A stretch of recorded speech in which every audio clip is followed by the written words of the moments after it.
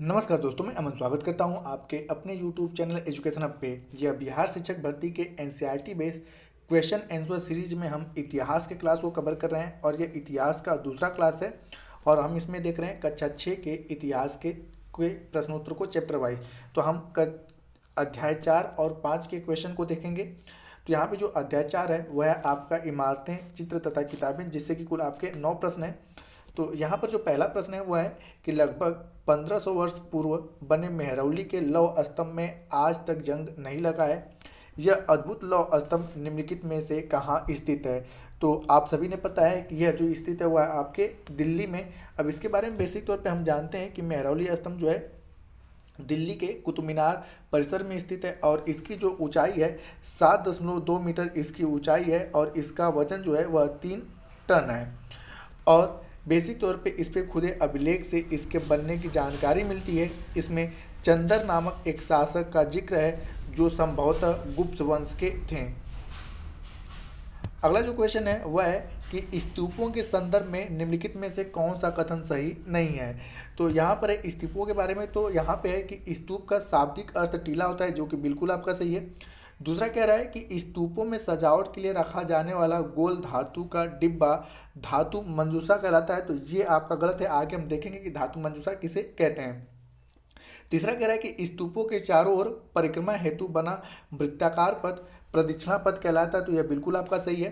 और चौथा कह रहा है कि प्रदक्षिणा पथ को रेलिंग से घेर दिया जाता है जिसे वेदिका कहते हैं। तो यह भी आपका सही है। तो जो सही नहीं है वो अभी वाला है कि सजावट के लिए रखा जाने वाला गोल धातु का डब्बा धातु मंजूषा कहता है। अब यहाँ पे बेसिक तौर पे हम देखते हैं कि स्तूप का, जैसे कि आपको यहाँ पे पता है कि जो शाब्दिक अर्थ होता है वो क्या होता है, टीला होता है। और स्तूप आकार में कभी गोल तो कभी लंबे और कभी छोटे होते हैं। और सभी स्तूपों में बुद्ध या उनके अनुयायियों के शरीरों के अवशेष तथा उनके द्वारा प्रयुक्त कोई चीज एक डिब्बे में रखे जाते हैं जिसे कि धातु मंजूषा कहते हैं। तो यहाँ पे आपको पता है कि जो बौद्ध धर्म के अनुयायी होते हैं या बुद्ध धर्म या बौद्ध जी से संबंधित कोई भी या उनके अनुयायी से संबंधित उनके शरीर के अवशेष या उनके संबंधित कोई वस्तु को उसमें रख दिया जाता है तो उसे हम क्या कहते हैं, धातु मंजूषा कहते हैं। तो इस प्रकार से आपका बी वाला ऑप्शन गलत होता है। अगला जो क्वेश्चन है कि पूर्व मध्यकालीन आरंभिक हिंदू मंदिरों में के संदर्भ में निम्नलिखित कथनों पर विचार कीजिए। तो पहला कह रहा है कि मंदिरों में गर्भगृह नाम के स्थान पर कई लोग एकत्र होते थे। ये आपका बिल्कुल गलत है। और दूसरा कह रहा है कि गर्भगृह के ऊपर काफ़ी ऊंचाई तक, मतलब गर्भगृह के ऊपर का जो भाग था उसको काफ़ी ऊंचाई पर निर्माण किया जाता था जिसे शिखर कहते थे।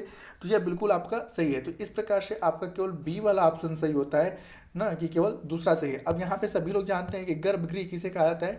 तो मंदिरों का यह सबसे महत्वपूर्ण भाग होता है जहाँ पर मुख्य देवी देवताओं को रखा जाता है। अधिकतर मंदिरों में मंडपम नामक जगह होती है जहाँ पर लोग इकट्ठा होते हैं। तो आप जानते हैं कि यहाँ पे मंदिर का गर्भगृह होता है और इसके किनारे वाले भाग को क्या कहते हैं, मंडपम कहते हैं। तो इसमें लोग इकट्ठा होते हैं, न कि गर्भगृह में। इस कारण से आपका पहला वाला ऑप्शन गलत होता है। अगला क्वेश्चन है कि पुराणों के संदर्भ में निम्नलिखित में से कौन सा कथन सही नहीं है। तो यहाँ पर जानते हैं सही नहीं है पूछा गया है। तो आपका पहला कह रहा है कि पुराणों का पाठ पुजारी मंदिरों में किया करते थे। तो यह आपका बिल्कुल सही है। और दूसरा कह रहा है कि इसमें पूजा विधियों के साथ साथ संसार की सृष्टि तथा राजाओं के बारे में भी कहानियाँ हैं। तो यह भी आपका पुराण के बारे में सही है। तीसरा कह रहा है कि अधिकतर पुराण सरल संस्कृत श्लोक में लिखे गए जिससे कि सब उन्हें सुन और समझ सकें। तो ये भी आपका सही है कि ज़्यादातर पुराण हमें संस्कृत में ही देखने को मिलते हैं। और आगे आपका कि स्त्रियां तथा शूद्र जिन्हें वेद पढ़ने की अनुमति नहीं थी वे पुराण को भी नहीं सुन सकते थे। तो यही पुराणों के बारे में स्टेटमेंट सही नहीं है, क्योंकि बेसिक तौर पे आप यहाँ पे कहा गया कि पुराणों का शाब्दिक अर्थ होता है प्राचीन, और यह बेसिक तौर पे पूर्व मध्यकाल में लिखे गए थे। और उस दौरान इस प्रकार की चीज़ हमें देखने को नहीं मिलती हैं कि स्त्रियां और शूद्र को पुराण सुनने की अनुमति नहीं थी। तो इस प्रकार से आपका डी वाला ऑप्शन जो है पुराणों के बारे में सही नहीं है।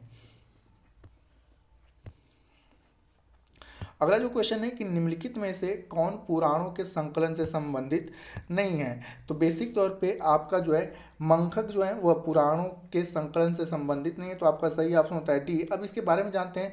तो आपने सभी ने पता है कि पुराणों की संख्या कुल कितनी है, 18 है, परंतु मत्स्य पुराण में लिखा गया है कि पहले पुराण एक ही था और उसी के अन्य सभी पुराण, उसी से बेसिक तौर पे अन्य सभी पुराण निकले। ब्राह्मण पुराण के अनुसार वेद व्यास ने पुराण संहिता का संकलन किया, ठीक है। तो यहाँ पे पुराण संहिता का संकलन वेद व्यास के द्वारा किया गया।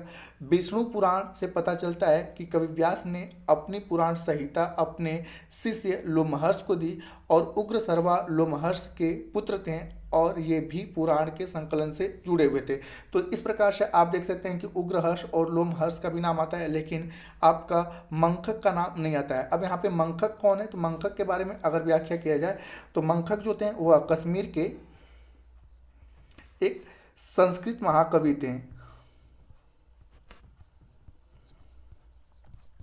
संस्कृत महाकवि थे, और इस प्रकार से इनका पुराणों के संकलन से कोई संदर्भ नहीं जुड़ता है।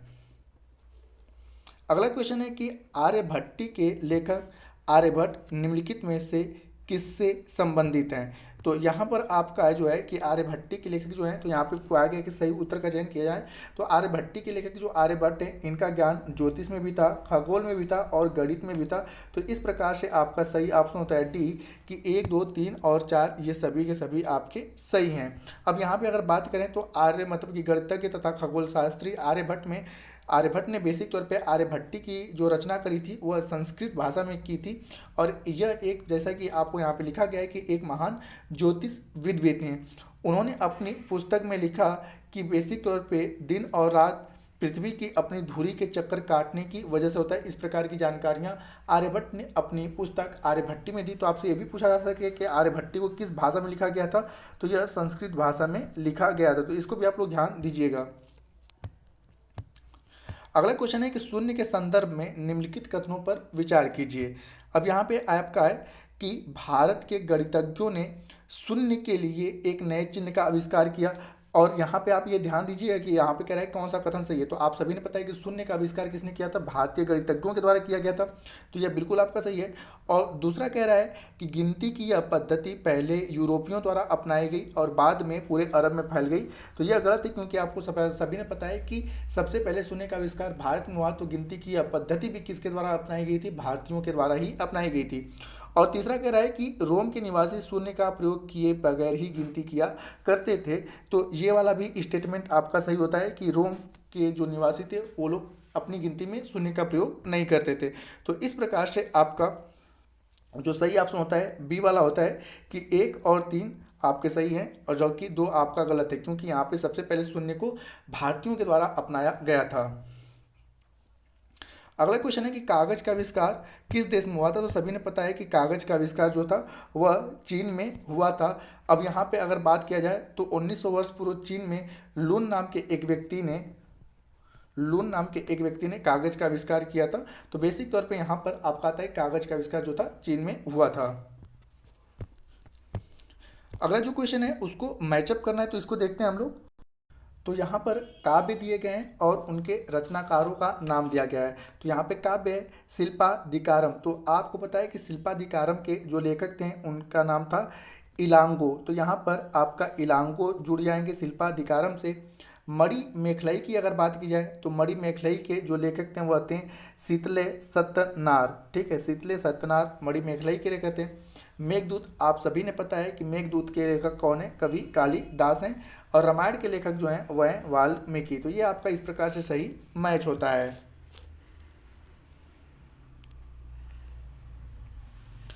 आगे आपका कि हमने देखा कक्षा 6 के इतिहास का चौथा अध्याय। अब हम देखेंगे 6 के इतिहास का 5वां अध्याय, जो कि नए साम्राज्य और राज्य से संबंधित है और जिसमें कि कुल आपके 20 प्रश्न हैं। तो यहाँ पे जो पहला क्वेश्चन है कि वह है कि चालुक्यों की राजधानी निम्नलिखित में से कौन सी थी। तो आप सभी ने पता है कि चालुक्यों की राजधानी जो थी वह क्या थी, एहोल थी। तो इस प्रकार से आपका सही ऑप्शन होता है बी कि चालुक्यों की राजधानी जो थी एहोल थी, जो कि उस समय का एक प्रमुख व्यापारिक केंद्र हुआ करता था, धीरे धीरे यह एक धार्मिक केंद्र भी बन गया, जहाँ पर बेसिक तौर पे कई सारे मंदिरों का निर्माण हुआ। चालुक्यों का राज कृष्णा और तुंगभद्रा नदी के बीच स्थित था। यह क्षेत्र रायचूर दोआब कहलाता था, जो कृष्णा और आज भी इसका नाम आता है, कृष्णा और तुंगभद्र नदियों के बीच के क्षेत्र को हम लोग रायचूर दोआब के नाम से जानते हैं। पुलकेशन प्रथम के द्वारा चालुक्यों की राजधानी बादामी स्थानांतरित की गई और बादामी को वातापी के रूप में भी जाना गया। तो यहाँ पर इनकी राजधानी क्या थी, मतलब कि एहोल थी। उसके बाद बेसिक तौर पे इसकी राजधानी कहाँ पर स्थानांतरित की गई, बादामी। और बादामी को बेसिक तौर पे वातापी के नाम से जानते हैं, ठीक है, वातापी के नाम से भी जाते हैं। और यह राजधानी किसने स्थानांतरित करी थी, तो पुलकेशन द्वितीय के द्वारा। अगला जो क्वेश्चन है कि इस्लाम के संदर्भ में निम्नलिखित कथनों पर विचार कीजिए।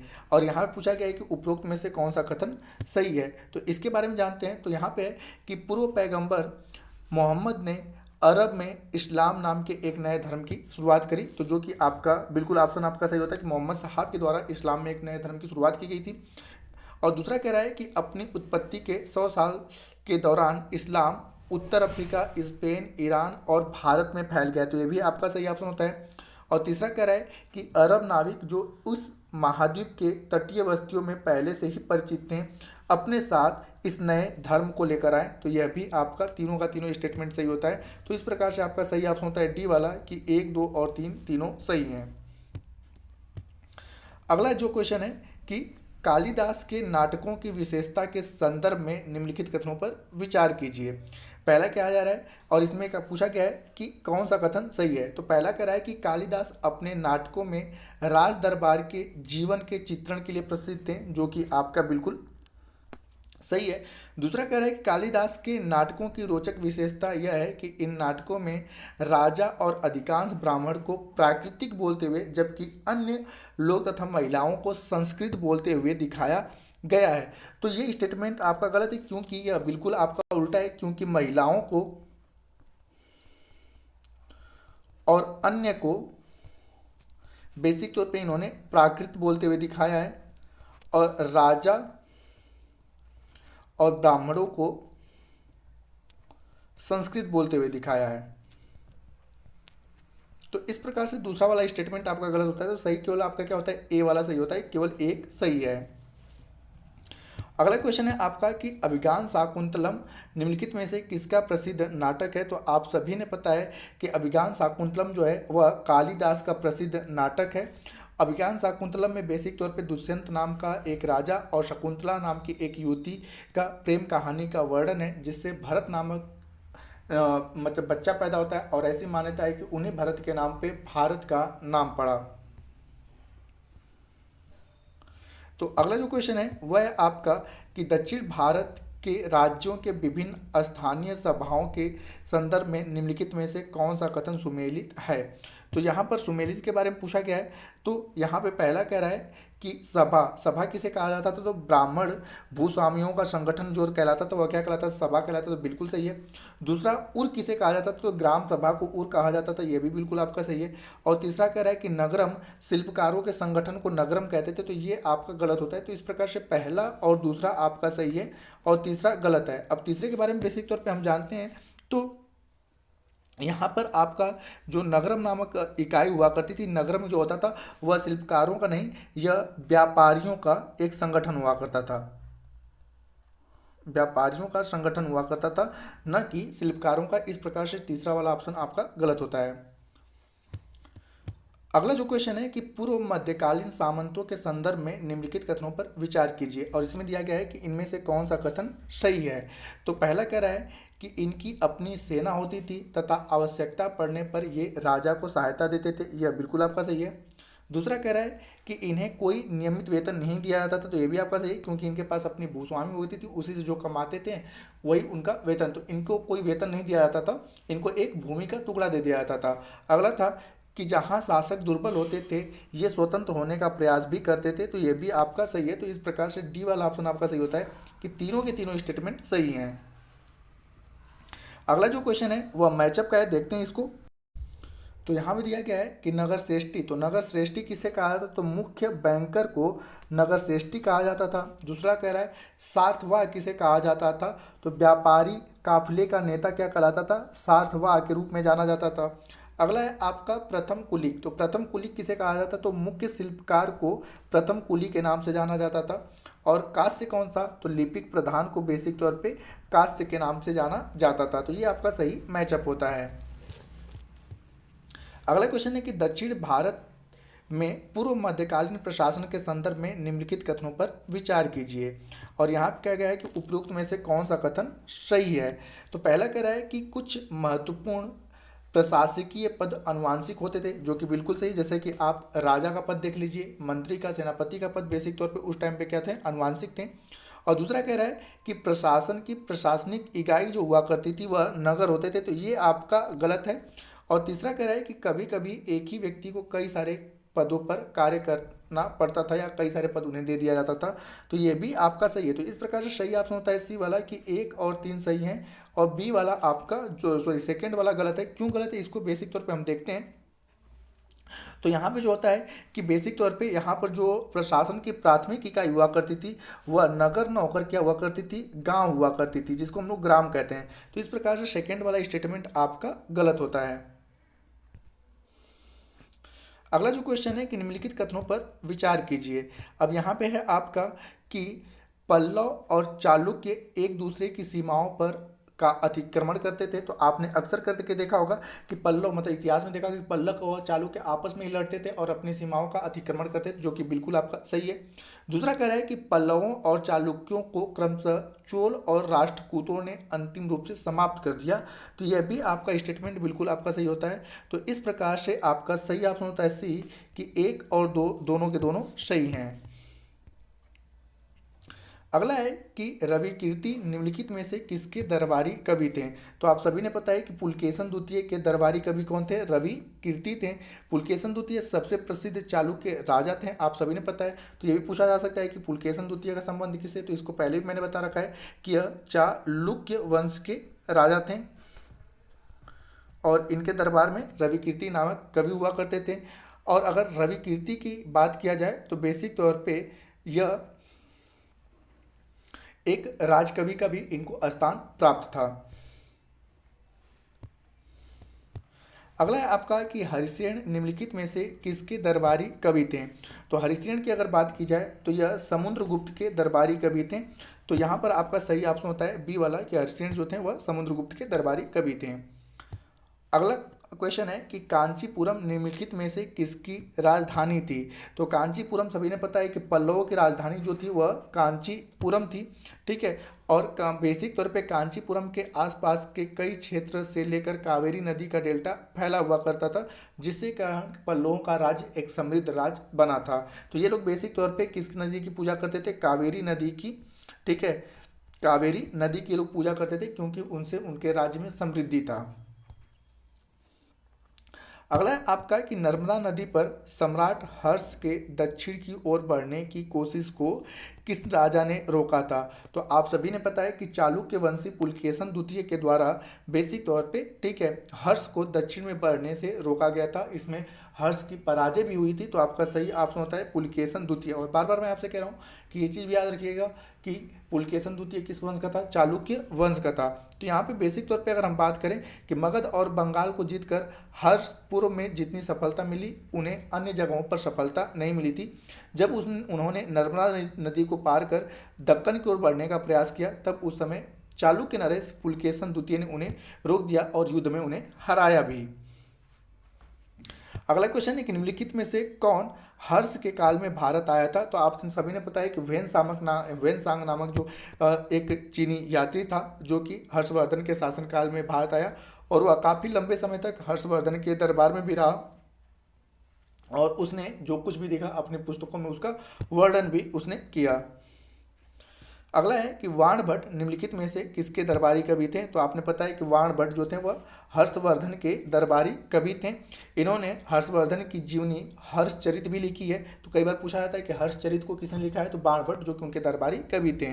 और इस हर्षचरित से बेसिक तौर पर हर्षवर्धन के शासनकाल और उनके वंशावली का पता चलता है। हर्ष ने लगभग 1400 वर्ष पूर्व भारत पर शासन किया था और ऐसा माना जाता है कि यह अंतिम एक हिंदू महान सम्राट थे। अगला क्वेश्चन है कि कालिदास निम्नलिखित में से किसके दरबारी कवि थे। तो ये तो आई थिंक सभी ने पता होगा कि कालिदास जो थे वह चंद्रगुप्त द्वितीय के दरबारी कवि थे। और साथ ही साथ अगर बात किया है तो चंद्रगुप्त द्वितीय के दरबार में कई सारे विद्वानों का जमावड़ा था, जैसे कि उन्हीं के ही दरबार में बेसिक तौर पे कालिदास थे, और उन्हीं के दरबार में खगोल शास्त्री, ज्योतिष विज्ञान के धनी और गणित के धनी आर्यभट्ट भी चंद्रगुप्त द्वितीय के ही दरबार में थे। अगला क्वेश्चन है कि शक विजेता निम्नलिखित में से किसे कहा जाता है। तो आपने पता है कि शकों पर विजय किसने हासिल करी थी, चंद्रगुप्त द्वितीय ने, इसीलिए इन्हें शक विजेता के नाम से भी जाना जाता है। अगला क्वेश्चन, निम्नलिखित में से किसने या किसके द्वारा महाराजा धीराज की उपाधि धारण की गई थी। अब यहाँ पे कहा गया है कि सही उत्तर का चयन कीजिए। तो आपको पता है कि महाराजा धीराज की उपाधि जो था चंद्रगुप्त प्रथम और समुद्रगुप्त के द्वारा धारण की गई थी। तो इस प्रकार से आपका सही ऑप्शन होता है कि केवल 1 और 2। तो यहाँ पर चंद्रगुप्त प्रथम और समुद्रगुप्त के द्वारा महाराजा धीराज की उपाधि धारण की गई थी। समुद्रगुप्त के दादा और परदादा का उल्लेख महाराज के रूप में ही मिलता है, और समुद्रगुप्त की माँ जो कुमारी देवी थी उनका नाम लिच्छवीगढ़ के रूप में हमें देखने को मिलता है। अगला जो क्वेश्चन है वह है आपका कि हरिसेन द्वारा वर्णित विभिन्न प्रकार के राजाओं और उनके प्रति समुद्रगुप्त की नीतियों के संदर्भ में निम्नलिखित में से कौन सा एक सही नहीं है। तो यहाँ पे सही नहीं है, इसके बारे में पूछा गया है। तो पहला कह रहा है कि समुद्रगुप्त ने आर्यवर्त के सभी 9 शासकों को हराकर उनके राज्यों को अपने साम्राज्य में मिला लिया। तो यह बिल्कुल आपका सही है, और इसीलिए इन्हें भारत का नेपोलियन भी कहा जाता है। दूसरा कह रहा है कि उसने दक्षिणापथ के सभी 12 शासकों को हराकर उन्हें अपने राज्य में मिला लिया। तो ये आपका स्टेटमेंट गलत होता है। तीसरा कह रहा है कि समुद्रगुप्त के राज्य के पड़ोसी देश यानी कि जो आंतरिक घेरा था समुद्रगुप्त के लिए बेसिक तौर पर उपहार लाते थे और उनकी आज्ञाओं का पालन भी करते थे। तो ये भी आपका सही है। और चौथा कह रहा है आपका कि बाहरी राज्यों ने समुद्रगुप्त की अधीनता स्वीकार की और अपनी पुत्रियों का विवाह भी उससे किया। तो यह भी आपका सही है। तो पूछा है कि कौन सा कथन सही नहीं है, तो आपका बी वाला कथन सही नहीं रहता है। तो बेसिक तौर पे हम अगर बात करें तो समुद्रगुप्त जो बेसिक तौर पे दक्षिणापथ के 12 राजाओं का हराने के बाद समुद्रगुप्त के सामने समर्पण किया था, और समुद्रगुप्त ने उन्हें फिर से शासन करने की अनुमति दे दी थी। ठीक है, उन्हें अपने राज्यों में मिलाया नहीं था। तो यहाँ पे जो बी वाला स्टेटमेंट है, उन्हें अपने राज्य में नहीं मिलाया था, उनको जीतने के बाद फिर से उन्हें शासन करने की अनुमति दे दी थी। इस प्रकार से बी वाला स्टेटमेंट आपका गलत होता है। अगला जो क्वेश्चन है कि इलाहाबाद का अशोक स्तंभ अभिलेख जो है निम्नलिखित में से किसके काल के बारे में सूचना प्रदान करता है। तो आप सभी ने पता है कि इलाहाबाद का अशोक स्तंभ जो अभिलेख है वह समुद्रगुप्त के बारे में सूचना प्रदान करता है। यहाँ पे अगर जाने हैं तो इलाहाबाद का अशोक स्तंभ अभिलेख समुद्रगुप्त के बारे में जानकारी देता है। इस पर समुद्रगुप्त के दरबारी कवि हरिसेन ने संस्कृत भाषा में प्रशासन का वर्णन प्रस्तुत किया है। इसे लगभग 1700 वर्ष पूर्व लिखा गया था। इसे ही प्रयाग प्रशस्ति के रूप में या समुद्रगुप्त प्रशस्ति भी कहा जाता है। प्रशस्ति का अर्थ होता है प्रशंसा से। इसमें उसकी मतलब बेसिक तौर पे समुद्रगुप्त के विजयों का वर्णन भी किया गया है। इसमें उसे ईश्वर यानी कि समुद्रगुप्त को इस प्रशस्ति में ईश्वर के बराबर बताया गया है। इसमें समुद्रगुप्त को योद्धा और उत्कृष्ट कवि के रूप में भी बेसिक तौर पे प्रशंसा किया गया है। समुद्रगुप्त एक संगीत प्रेमी राजा था, वह बीड़ा बजाता था, और उसके इस गुण को बेसिक तौर पे इस प्रशस्ति पर भी दर्शाया गया है। तो ये दोस्तों जो था वह कक्षा 6 का अध्याय का दूसरा इतिहास का पार्ट था। अगला हम जल्द लेकर आएंगे। हम कोशिश करेंगे कि आपके एग्जाम से पहले एसएसटी के सारे पार्टों को कक्षा 8 तक समाप्त कर दें, और समय रहेगा तो 9 से 12 तक के भी एसएसटी को हम क्वेश्चन आंसर के जरिए समाप्त करने की कोशिश करेंगे। तो उम्मीद करता हूँ कि आपको यह वीडियो पसंद आया होगा। वीडियो पसंद तो वीडियो को लाइक करें, कमेंट करें तथा अपने दोस्तों के साथ शेयर करें, और चैनल पर नए हैं तो चैनल को सब्सक्राइब अवश्य करें। तथा इस पीडीएफ को प्राप्त करने के लिए आप हमारे टेलीग्राम से जुड़ सकते हैं, जिसका लिंक वीडियो के डिस्क्रिप्शन में दिया हुआ है। तो वीडियो के अंत तक बने रहने के लिए धन्यवाद। मिलते हैं जल्दी नेक्स्ट वीडियो में।